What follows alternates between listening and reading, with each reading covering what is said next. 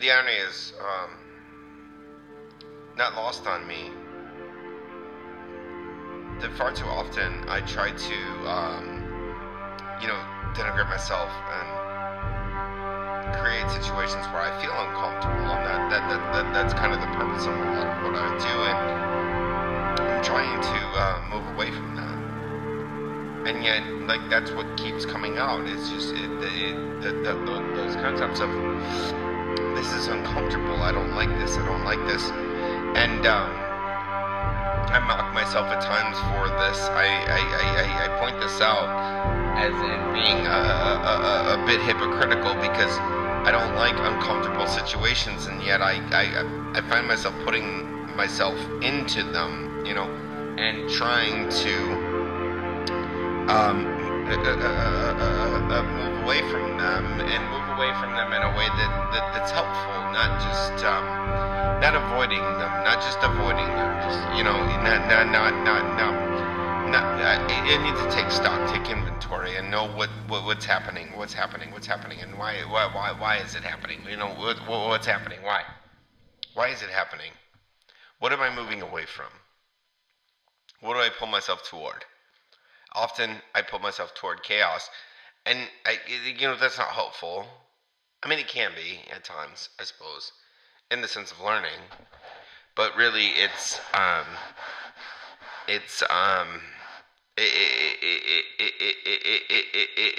it's really more about learning than anything.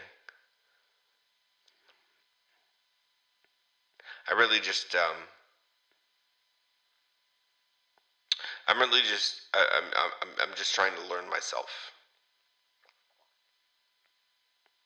learn for myself, about myself, and so that's where we are.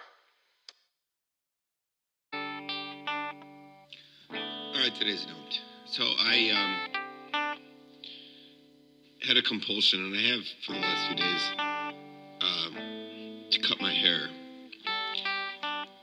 And so I just decided, fuck it. And cut my own. And it's not even, it's not great, but one of the wonderful things about hair is that it grows back. And actually, I had a moment where, like, I was fully confident in doing it. But then seeing it, like, cut and then detached from my head, from its roots, made me want to cry. So I was like, oh no, what did I do? And then I looked up in the mirror and I was like, oh, this is actually kind of cute. So then it made me happy.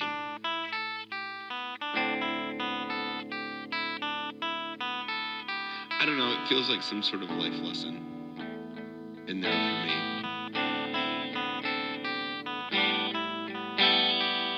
And I think I've talked about it in other contexts. I've talked about it in other contexts, but this idea of holding on to something for too long and thinking that makes you who you are,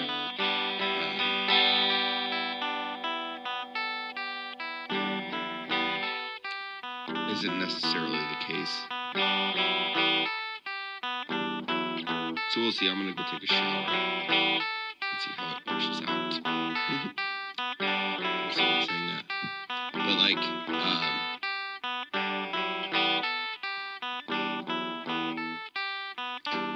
I want to believe that my identity is not based around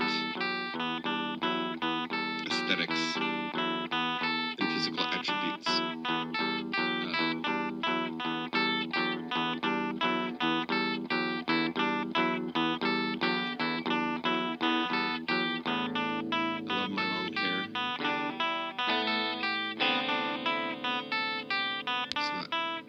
Short.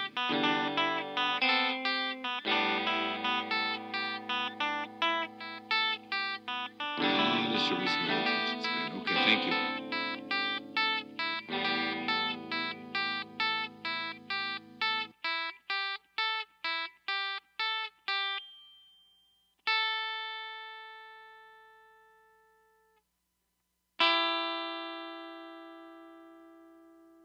This again.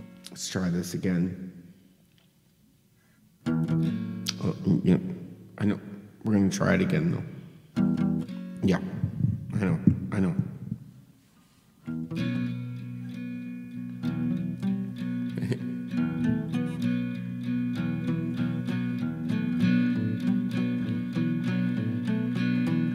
You know, and it's weird because it's quite difficult to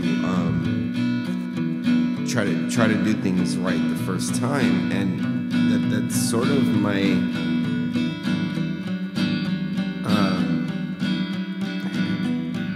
my ideal is to just do it right the first time, because I don't want to have to keep trying. I don't want to have to keep trying. I don't want to have to keep trying. I don't want to have to keep doing it over and over again, right? But at the same time, I don't want it to sound like shit. I don't want it to be non-representative, because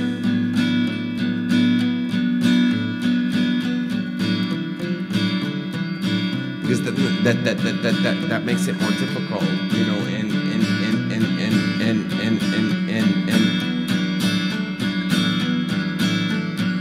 I don't like doing things on the fly. I just want them to be the way that they're supposed to be. And yet, like, they rarely are. They're rarely representative of what they're supposed to be. It usually ends up being something more complicated, something more complex, something more difficult. And then I find myself thinking, why am I doing this? Why am I doing this? Why am I doing this? Why am I doing this?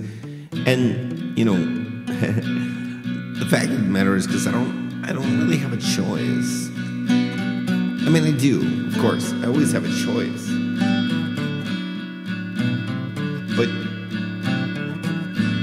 if I just gave in and gave up, then what would I be doing anything for? You know, if I was just to give in and give up because someone else wants me to, what would anything be for? You know, I just and I think that's what I struggle with most is I don't want to be a martyr. I don't want to be a mentor. I just want to be me. I just want to live. I just want to live. I just want to be me. And far too often it feels like being me means more than just being me. You know, if I wanted to. And there's a lot of hateful people in the world. There's a lot of hateful people in the world, and while I have no interest in engaging with them, I also recognize that I recognize that I have a voice, and I should probably use it. And it's not to be a martyr. It's not to be a mentor. It's not to be a savior.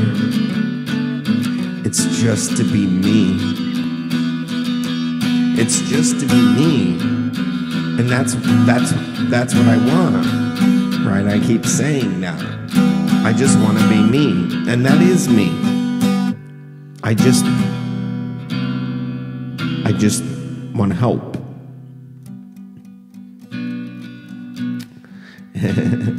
And I reference discomfort and being in uncomfortable situations all the time, and I say that I don't want that, but I do, because that's a helpful challenge. It's a helpful challenge. It's a helpful challenge, because you know what? The more times I place myself in an uncomfortable position, or put myself in positions of discomfort, the better able I am to help those who haven't, that haven't been able to.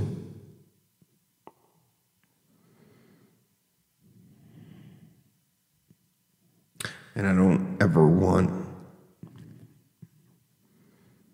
anyone to be put in a position of discomfort that they didn't welcome.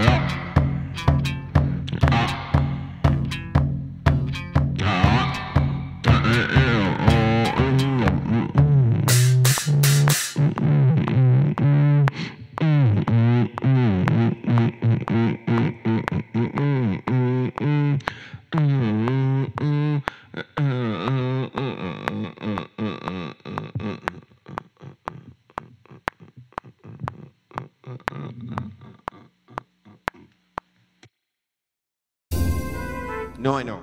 No, I know. I know that it's discordant. I just want to trying to find a way to, speak my thoughts, to speak my mind, to speak my words. I want to see because often without feeling like I have to hide and in that time they're not happening. And I just want to say,